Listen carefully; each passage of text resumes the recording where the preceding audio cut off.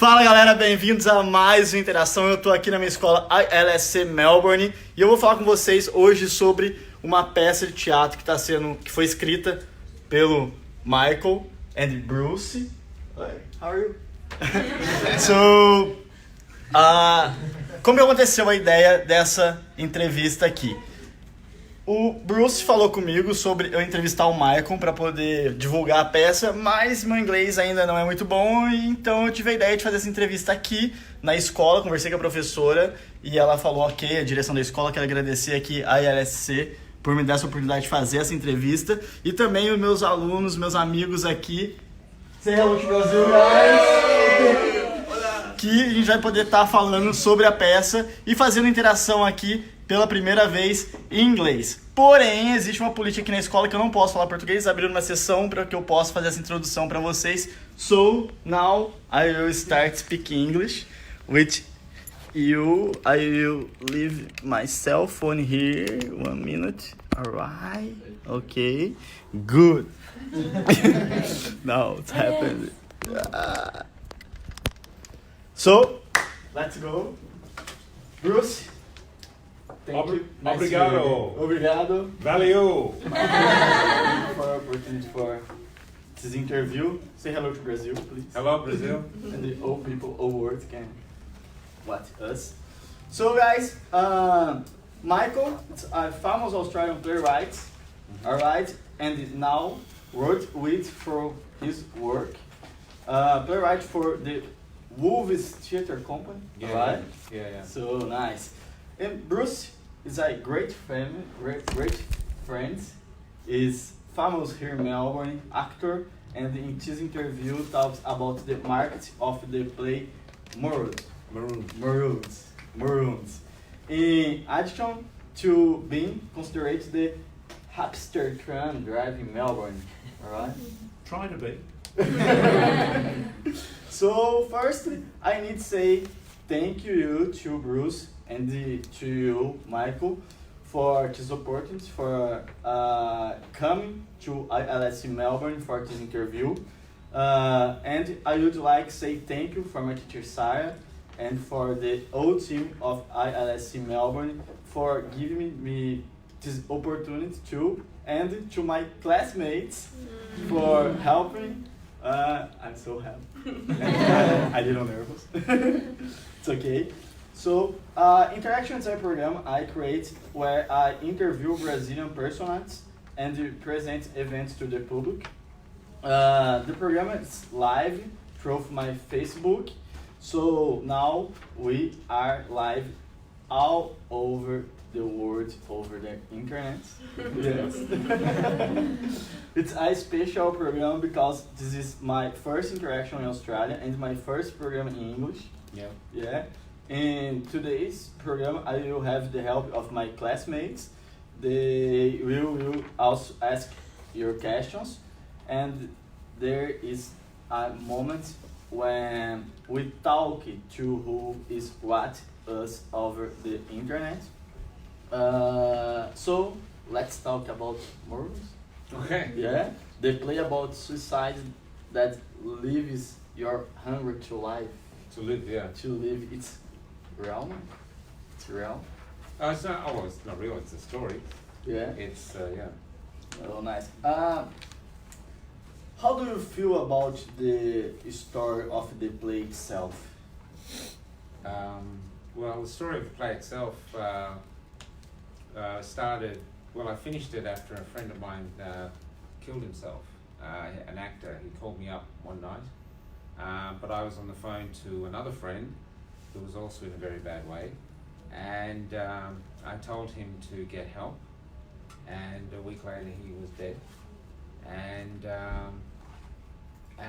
I just saw the whole play in my head. I had an idea of it before, but I had the whole play in my head, and then I wrote it. It took me 2 days, I think. I just wrote it very quickly, and I just wanted to write something that would help, especially men, make them have second thoughts before taking their own lives. That was it.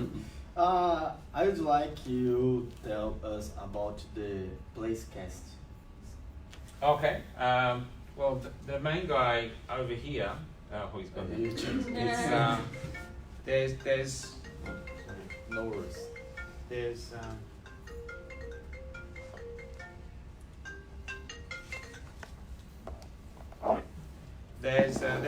it's had quite a few, it's been on 3 times. And what it is, there's 4 people and they're stuck in the afterlife. They've all taken their own lives and they believe that they failed. They don't have evidence, but they believe that they failed. But instead of just going back to their life, some reason they're stuck in this room in the afterlife. They don't know if it's heaven or hell or where it is. And they're not going back. And they're just stuck there and they're bored. Like being stuck in this room for like 2 or 3 years. You're going crazy. And because you're bored, you don't get that upset about talking about anything because there's nothing else to do. So that's the journey of the play, is how do they find their way out? And in the end, what they realize is the only way to get out is to tell the truth and of why they did it, and it explores why each of them took their own lives. So it's in a way, it's like having a belief that in our country, if we have a huge suicide rate, but I feel that it's like there's a splinter in our country, and instead of digging for it, we just keep covering that splinter in band-aids, hoping it'll heal itself. Well, the play goes digging to try and find out why these 4 people, and they're not getting out unless they come up, and so that's the journey. Yeah, doesn't sound very entertaining, but it is. So my friends have many questions about the play. Sure. But before, you'd like talk a little with Bruce. Bruce, tell us a little about the production of the play and your work as marketing coordinator of the theater company. Please. My role is on the board, so I'm helping Michael with the marketing side. I've spent many years in marketing, and I've run my own marketing companies and done a lot of media and advertising campaigns, and so I feel that suicide's not an easy thing to sell. It's a terrible thing to sell. Come and have fun with a suicide. No, that's not a good thing to sell. But that's not what it's all about. This play is about hope. And that's a very poignant thing to say. You might think that you've come to the end and there's only one way. This play says no. There's something else. And so while it's a very, very difficult subject to deal with, it's a very difficult product to market, the mere fact is that depression is going to affect every single person in this room, whether it's you, a family member, or a friend. Everyone is going to be touched by depression. Yeah. The level of depression is just a matter of maybe how tight is your support, where are you at the time, and how deeply affecting the depression is. And around the world, every country is suffering with suicide rates that are so high.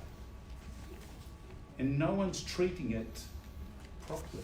The rates are going up. No country in the world has got the rates of suicide going down. So what this play looks to do is to say, let's look at the actual root cause. Let's look inside the hearts of 4 people. And maybe if you're the friend, maybe if it's happening to you, maybe it gives you a life jacket to help you get through just one day. Because that decision is a moment. You just want to know that there's enough of an option to say, this is not the end. There is something to go on for and something to go on with. So, you know, I hope that I've been a help to Michael in the marketing so far. We've had a lot, we talk 3-4 times a day. It is a really big issue. So that's what I bring to the Wolves Theatre. What's it? El Lobo. Is it El Lobo? The Wolves Theatre. Yeah. Is it Lobo? Yeah. Who's that fox? Yeah.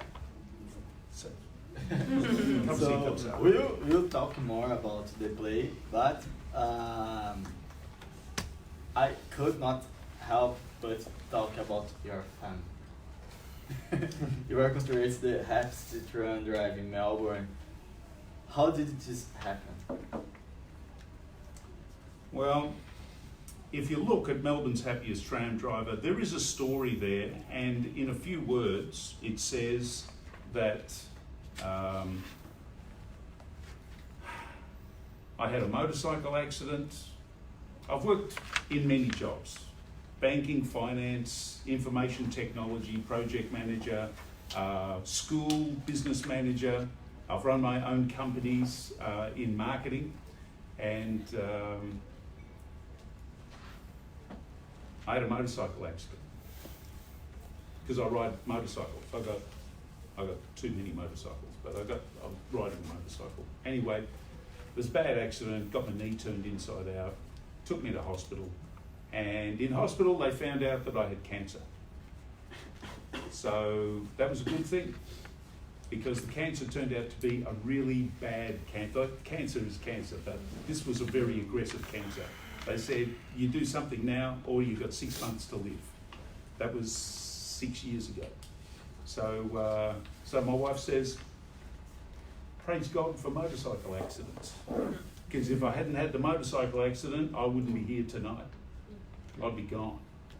And that was a very scary thing for my wife. It doesn't affect me because there's nothing you can do about it when you've got cancer. You do what you got to do, what the doctors tell you, and that's it. But coming out of it, I went to dinner one night with some friends. One was a tram driver, Steve Trevena, and another guy was at the table. He was a train driver, and they said, why don't you do something completely different? And as a little kid, I lived in an area that had trams. I loved the trams.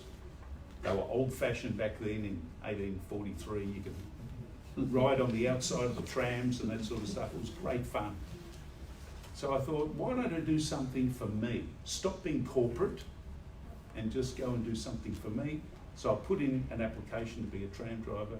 They were silly enough to say yes, and I had a lot of fun. Now, the depot that I went to had the guy who was the most famous tram driver in the whole of Melbourne, 56 years on the job. And he talked and told a lot of stories. Lenny Bates, my hero. And we got his picture up at the depot. 56 years on the job, amazing guy. So I thought, I loved tram driving when I was a kid. Guys did stories, they told jokes, they juggled, they sang operas, they did all sorts of things on the trams. I wonder if I can do a little bit of what Lenny did and a little bit of entertainment like all those guys did. I wonder if I can do something like that. And lo and behold, it was fun for the passengers and it made my day really good. So I think you have many friends. I meet Bruce in the tram in front of my build, and I love talk. He loves talk. We start to talk. Let's go, Bruce. The translate. So now it's a great friend. Thanks, Bruce. Let's start talk with my classmates. As my classmates have any questions for you, and we will start a question for Bruce from Camilo, please. Hello again. Juan Camilo. I got one question for Bruce. What do you choose to drive a tram if you were a banker? banking, I did a lot of things as a banker, and banking was a wonderful job for me. Did it for 25, 27 years as a banker. But like I say, everything has a season. So that was the time for banking. This is the time for tram driving. We have another question for you from Valeriana. Valeriana from Brazil. Yes. How do you feel at the end of the day when you know you made some people very happy? Valeu. So it's great. It's addictive. I love it. I finish the day, I've got a smile on my face. A few people got a smile. Not everybody likes their tram driver to talk. I do get some complaints. But you know, you can't help what side of the bed people get out of. You know, I blame a lot of the problems in the world on bed manufacturers. You know, bed manufacturers, they still make beds with two sides. Some people get out of the good side of the bed, some people still get out of the wrong side of the bed. What is that? If bed manufacturers just made beds with one side, the good side, how much better would the world be? So good. So it's nice to have a happy office, to have happy passengers. So thank you. You know, happy passengers like.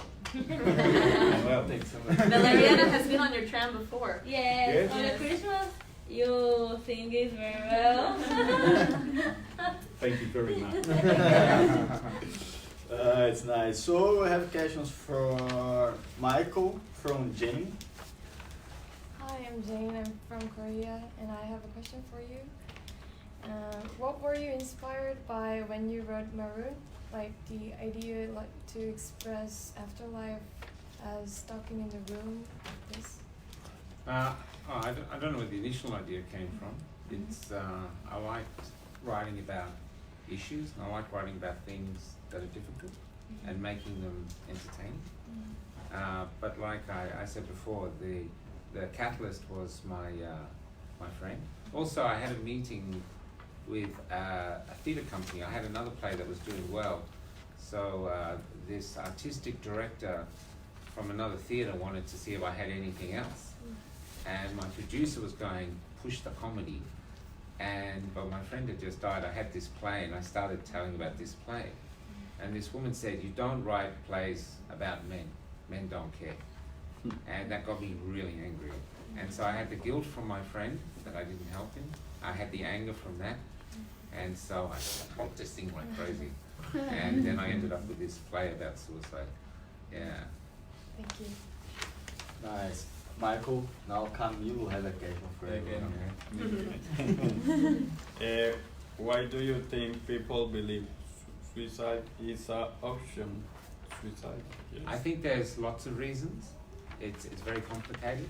Yeah. In the play, they call all the characters are under situational distress, which means like the guy in the corner there, he's in his 50s, he's lost his job, he's lost his family, and he just gives up. The young boy is gay, he's from a very religious family, and they found out that he's gay and they've ostracized him.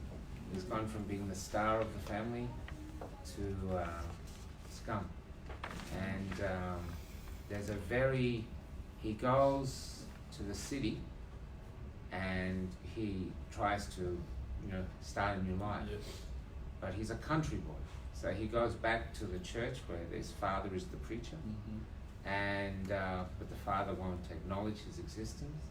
And his mother says to him, perhaps it would be best if you leave. And she means leave and go back to the city, but he decides to go further. And so he has to come back from that. But in the room, he finds great acceptance. In the room, this big guy, the guy that looks aggressive, 379 we know him as, he thinks he's going to be very discriminatory, but he doesn't care. He doesn't care that he's gay. So in this room, he finds what he's not missing for in life. And in the room, he becomes very hungry to live, to come back and fight. And he actually believes at the end that God put him in this religious family to show them that their hatred is wrong. and that it's his job to stick it out and fight and show that love is right. Thank you. Bruce, again, let's go.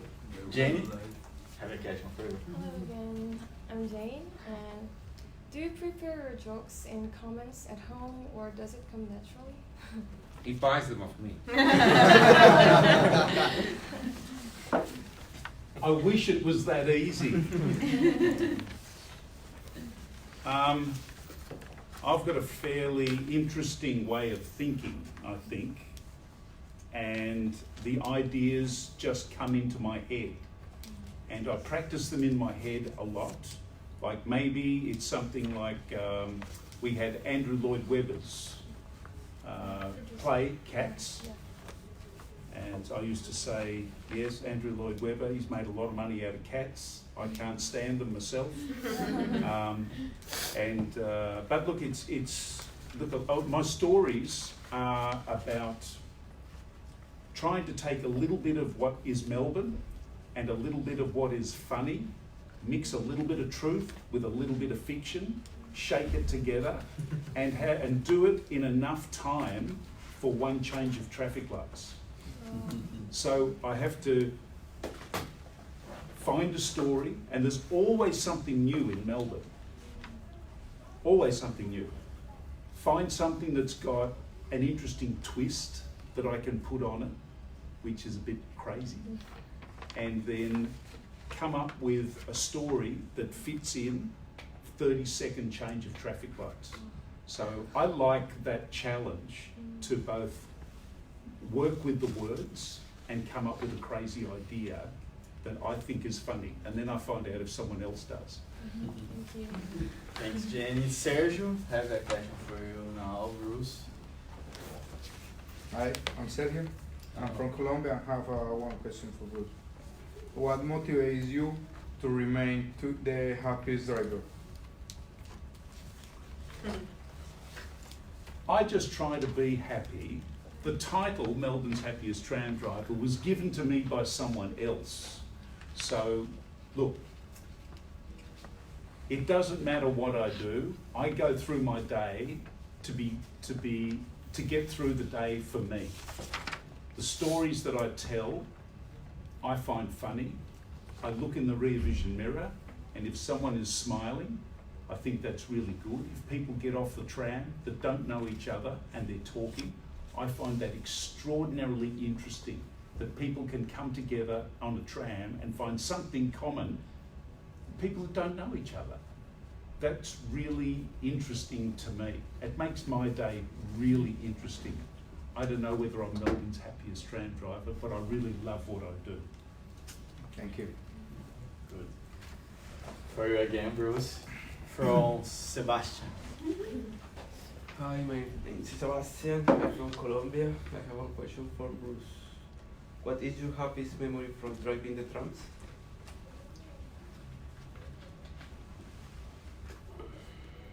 Every now and again, I'll get someone, it happened just last week, knock on the door, someone has a little piece of paper and they push it through my little breathing hole, like a little tram driving mouse, push it through my breathing hole, and sometimes I know it, sometimes it just comes in, I don't know that it's happened, and I find a note on the floor. Sometimes someone says, this is for you. Last week, I open it up, I had a really bad day, but I was on your tram and you made me smile. My day is much better. Thank you very much. That was really, really nice. So on average, I get about one a year. But those ones, those little notes, gosh, they really get me. Yeah. Nice. Michael, we have a for you now from Christian. Hi, Michael. Hello. I'm Christian from Colombia.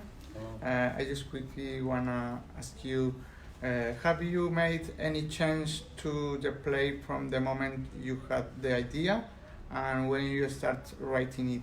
Yes. We've added a woman. Yep. One of the characters turns out to be a psychiatrist, she keeps that very quiet. And it used to be a man, and we decided the suicide ratio is about one woman kills herself, 3 men kill themselves. So we decided the ratio of the play is correct. And we thought it would be simple as just changing the lines, but that's not the case. And it's been very interesting, the whole dynamics. She's in charge of the room now, so it's been very interesting. Yeah. Good. Now, Pedro, you ask for your mic. Hi Michael, what do you think is the best way to avoid the suicide? Now, do you want me to say a cliched response, or you want my response? I think you should do it. I think years ago, I was haunted by reasons to do it. I hear that people get into life and death situations where they could die, and they often get a sense that it's not their time, and that gives it back. So I know that's a crazy thing to say, but I think if you're plagued and plagued and plagued and plagued, I think you should get up to the edge of the abyss and decide once for all whether you want to jump off or not. And if you don't, walk away and start to live. Right, thank you. Bruce, let's go again. Now it's from Miguel. Yeah, Bruce. Why do you think that it's important to make people happy? That's a really difficult question. Some people you can't make happy. Some people enjoy misery. Some people just love the burden, the pain of pain. Some people need that every day.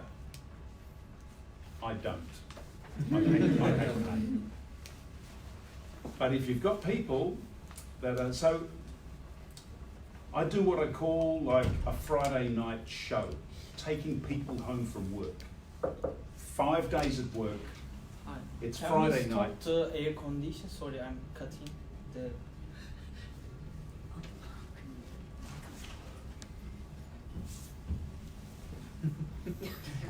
Please. Sorry. So, You're talking about drugs.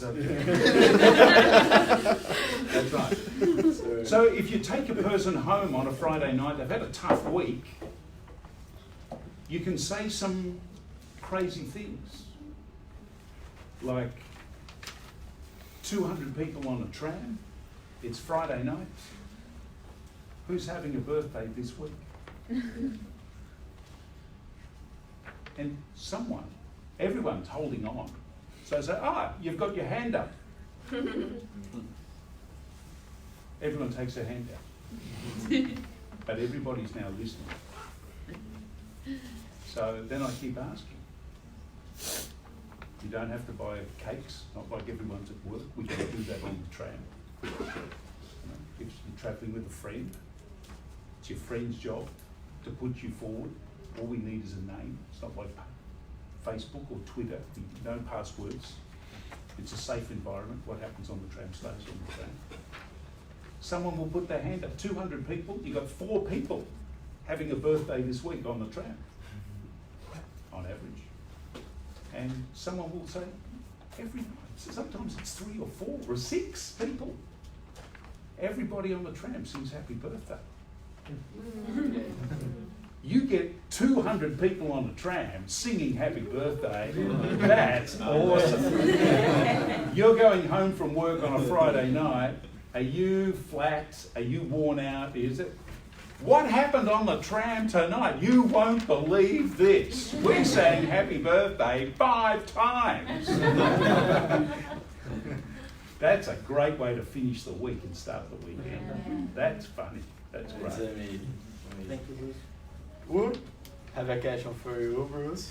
Yes. Hello, Bruce. I'm Ur. I have a question for you. What do you do when you feel very sad? How can you feel happy every day?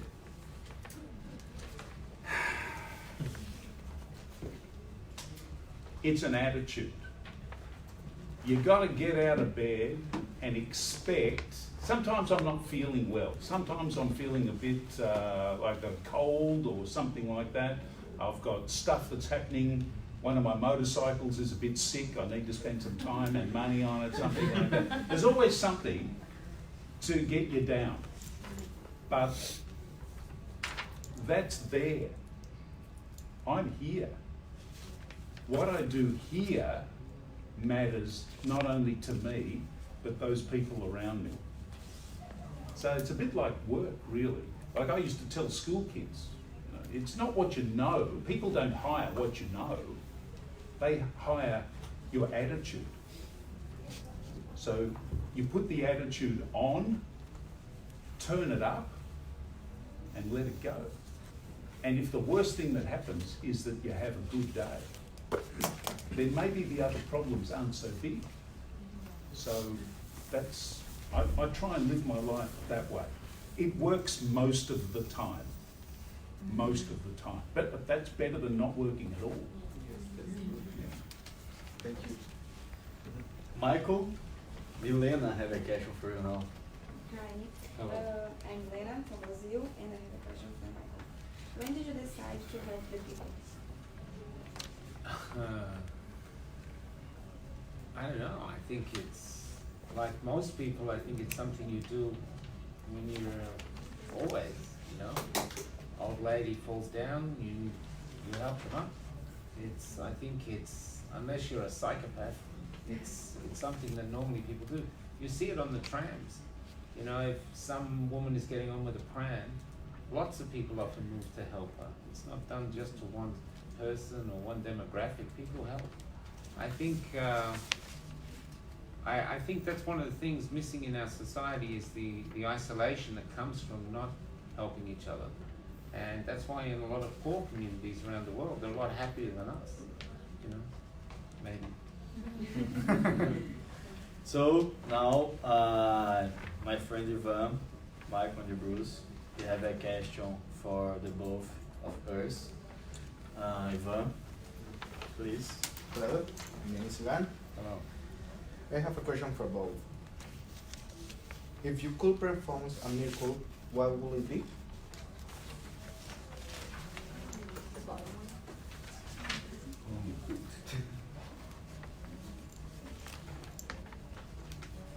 one. Me?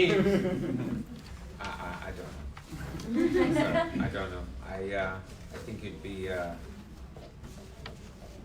yeah. Mr. Happy. Look, that's a really interesting question, but they say that if you're not feeling good about what's happening, the best thing to do is help someone else. That's a very selfish thing to do, because you're going to help someone else to help you. They feel good, you feel good.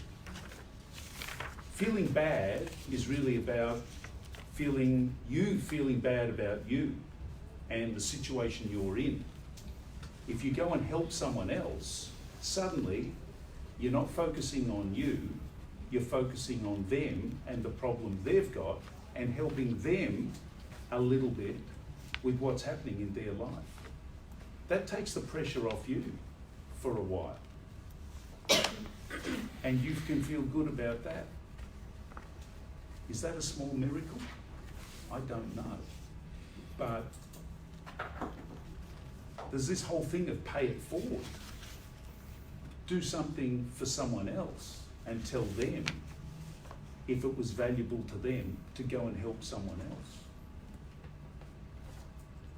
This age that we live in is called the me generation. Are you the me generation? Yeah. So,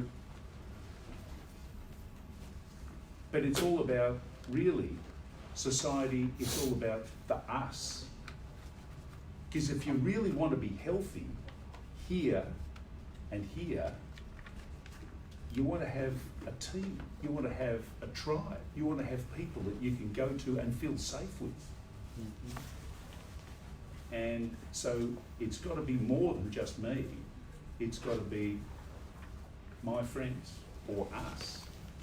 So I find that when things happen on the tram, that's really a miracle, because there's nothing that actually says you've got to actually do this and do this and do this for something to happen. It just happens. It's a miracle, but it's a great thing. So, I don't know. Miracles should happen every day. And each one of us can be part of making a miracle happen for someone else. And you'd be surprised how good you feel about being part of that miracle. I'll stop preaching now. Natalia, have a question for the both of you too, Natalia. Hi. If you could choose any other profession, what would you choose? Me again. You chose it. I'd like to be a sculptor. I like sculpting. I can't do it, but I think that would be pretty cool. You know? Yeah, that or a painter. Yeah. You, Bruce. You're having fun doing what you're doing. That's it. That's it. I'm simple. And I'm having fun doing what I'm doing. I think maybe let Australia win the World Cup. That would be a miracle. It's not going to happen. Not going to happen. Your profession. I mean, that's a question that everyone. I still don't know what I want to be when I grow up. The world changes really quickly. I started in banking, and the expectation back in, like 100 years ago, was that you start in banking, you finish in banking, you start off counting the money, cleaning the guns, helping the pensioners, sweeping the floor, lighting the fire, getting your first computer.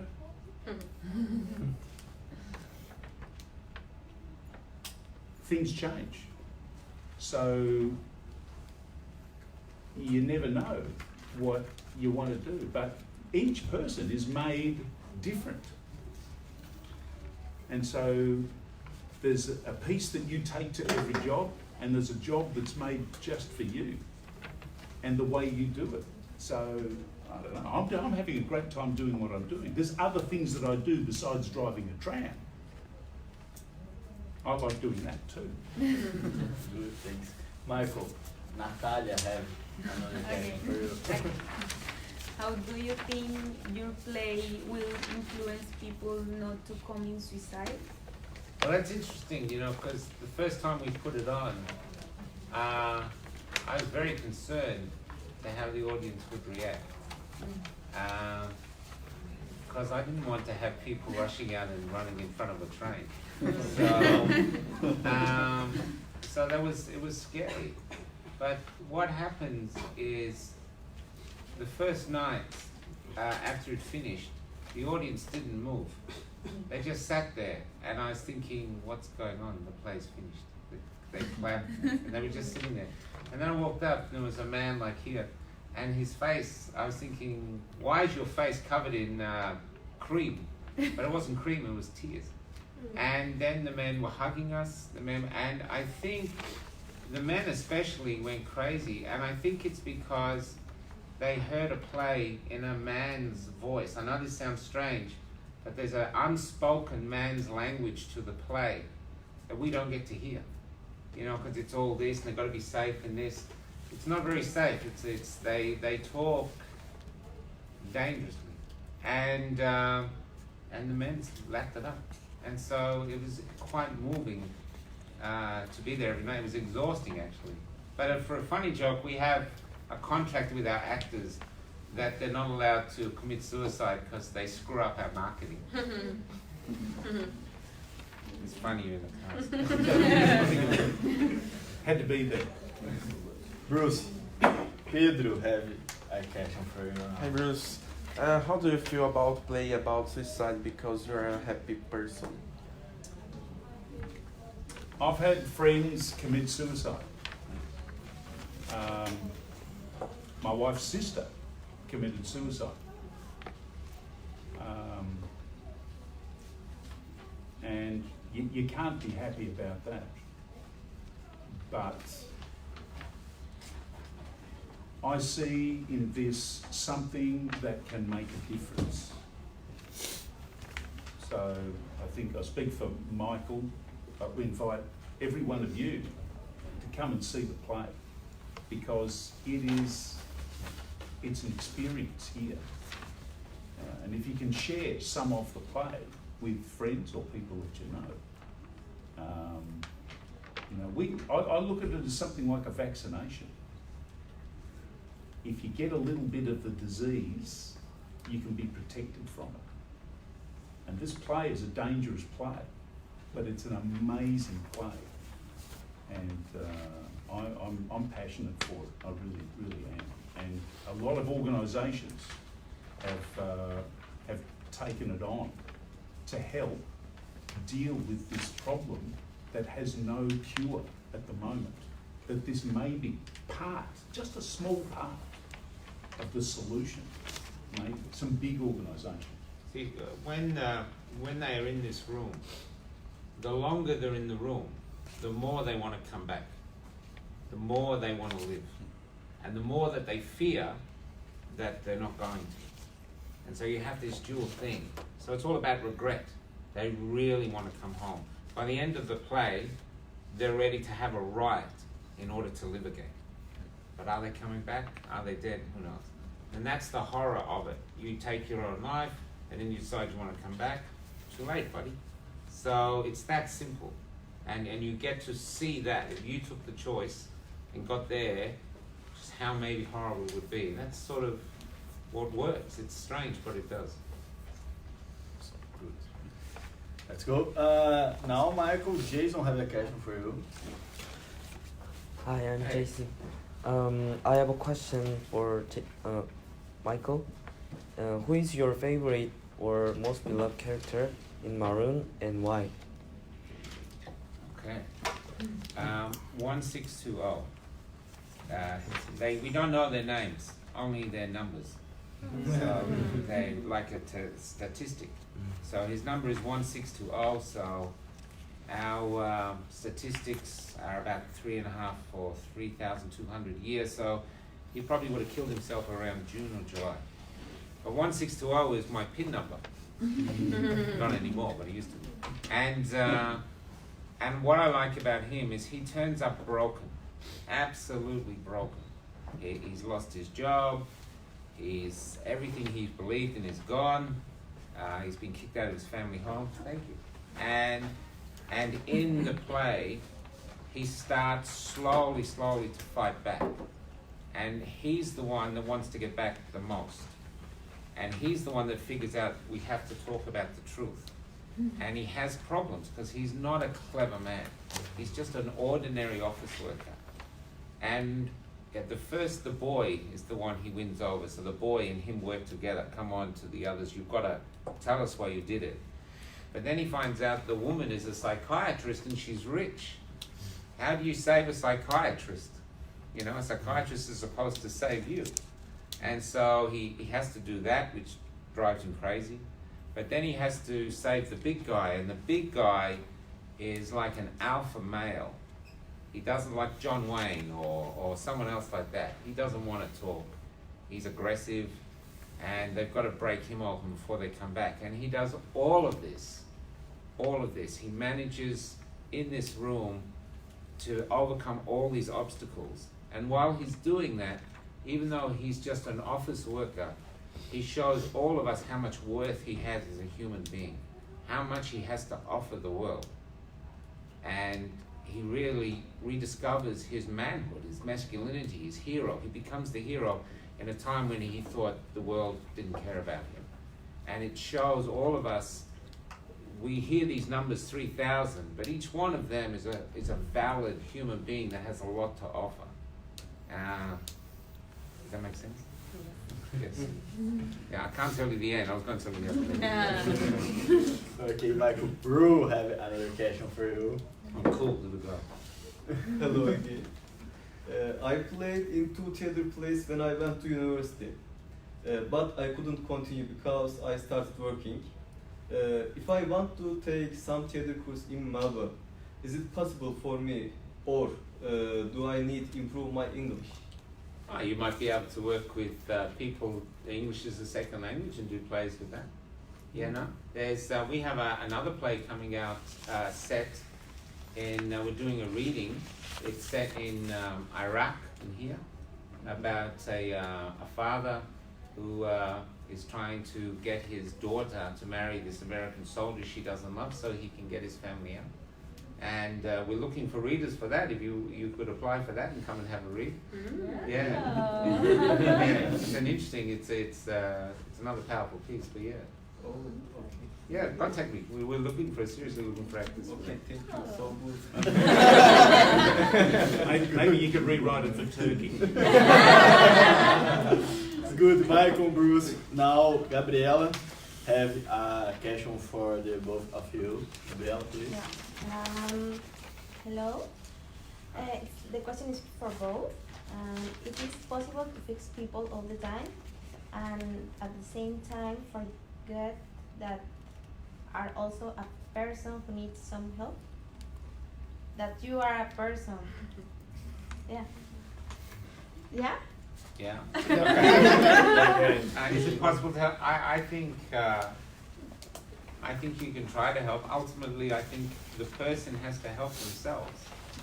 You know, ultimately it's the person that makes the choice to go left or right. You can guide, but I think it comes down to the person. In major issues anyway. Helping, I think, is just a natural part of our souls. We just do it. Well, not everybody, but a lot of people.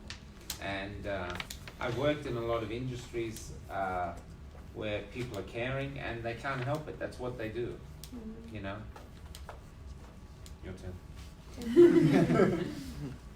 Yeah, I think that helping someone else can sometimes help yourself. But some people cover up the problems that they've got by helping someone else. So it's difficult. But if you don't give it a go, how will you know? So I think be vulnerable. You're going to get hurt if you help someone else. Sooner or later, you're going to get hurt. But that's part of life. Resilience, being tough in here. Because most times when people hurt you, it's not because of you, it's because of them.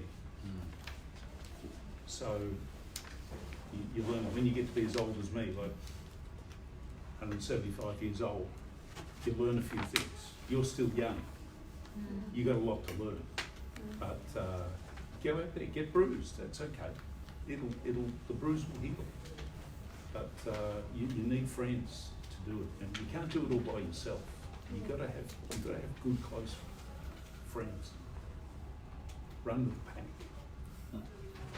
Thanks. Thank you. So now, guys, have another question for. Now's the Michael, time if you Bruce. have questions that are, you already asked all of the questions on the paper, so if you have any other question that you thought of, go ahead. What? Actually, I have a question for Michael. Did you play any theater games before when you start writing the theater game? If you played, how long? No. No. I didn't see a play until I was about 34. Wow. I've only ever seen about 6 plays in my life. I've had more plays on than I've seen. I saw an Irish play about working class people, and it really moved me. And the beautiful thing about working with plays, which is different from working with stories, is actors. Because you can't write a play and have control, because you write the story, say that's the script, but then you add actors to it, and the actor goes, we wouldn't say that because they take ownership of the character. And so the script only goes to here. Then you get together with the actors and the director and you go digging deeper for the real story, which is what we are doing now, where the guy said, have you changed?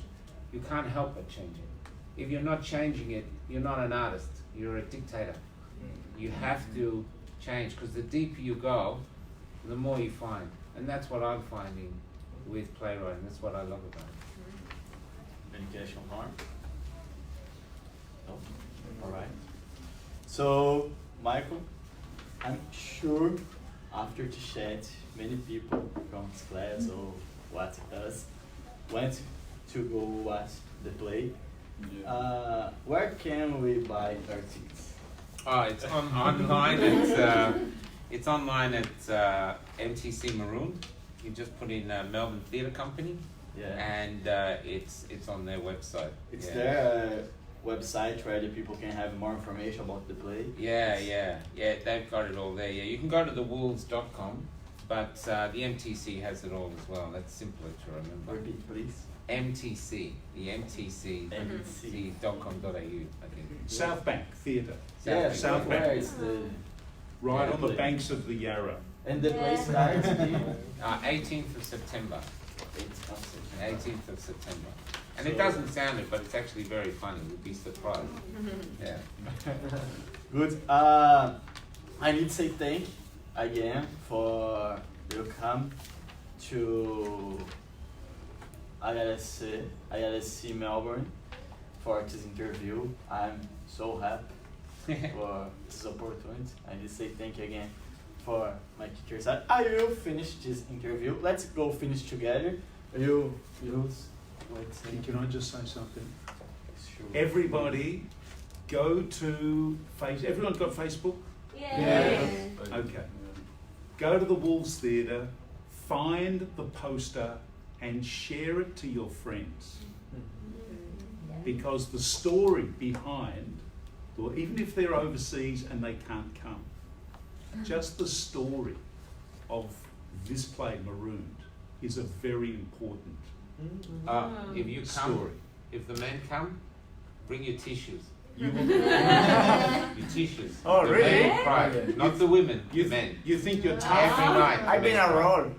Every night. I've been a role. That's it. better. So bring your tissues. We've never So seen it before. go to Facebook, share Marooned with your friends, and just get the discussion of talking about this horrible disease that's going around the world at the moment. We need to do something, because doing nothing is not solving any problems. Do something. Thank you. Thank you. Michael, you'd like to say anything more? Thank you for having me. It's fun. I've never done this before. There's, it's very hard to sell a play about suicide. Bruce is much better at it than me. I've sort of given up. But I will say, it's a profound experience that is not just me, it's all the actors and everyone bringing it to the place. But I've never seen in my life men react to anything like this, to a piece of theatre. It's very, very interesting. And now the army has taken it up. They're going to show it to the soldiers. The train drivers union has taken it up. It's every day we have new things. Some movie people are coming to see it on the weekend to see if I make.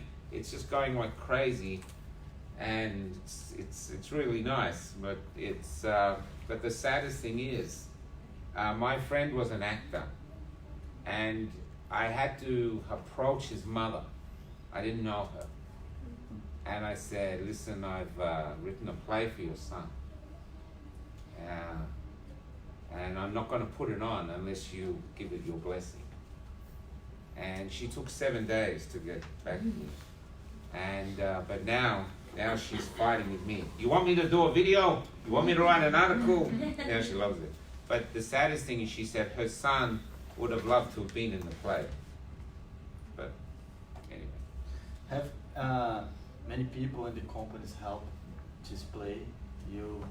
It's lots of people. Yeah, lots of people coming through. It's at the moment. It's grabbing people from everywhere, psychiatrists, and it's really interesting. And there's sort of in Australia there's a war going on.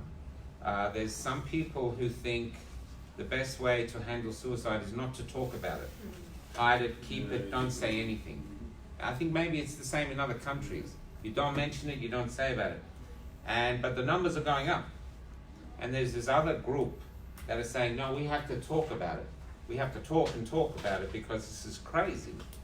What I think the problem is, we have built a society, maybe a global community, where so many people want to live.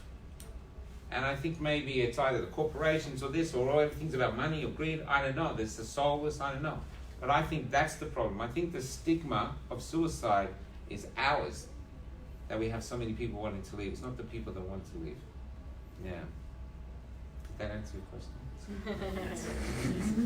So, yes,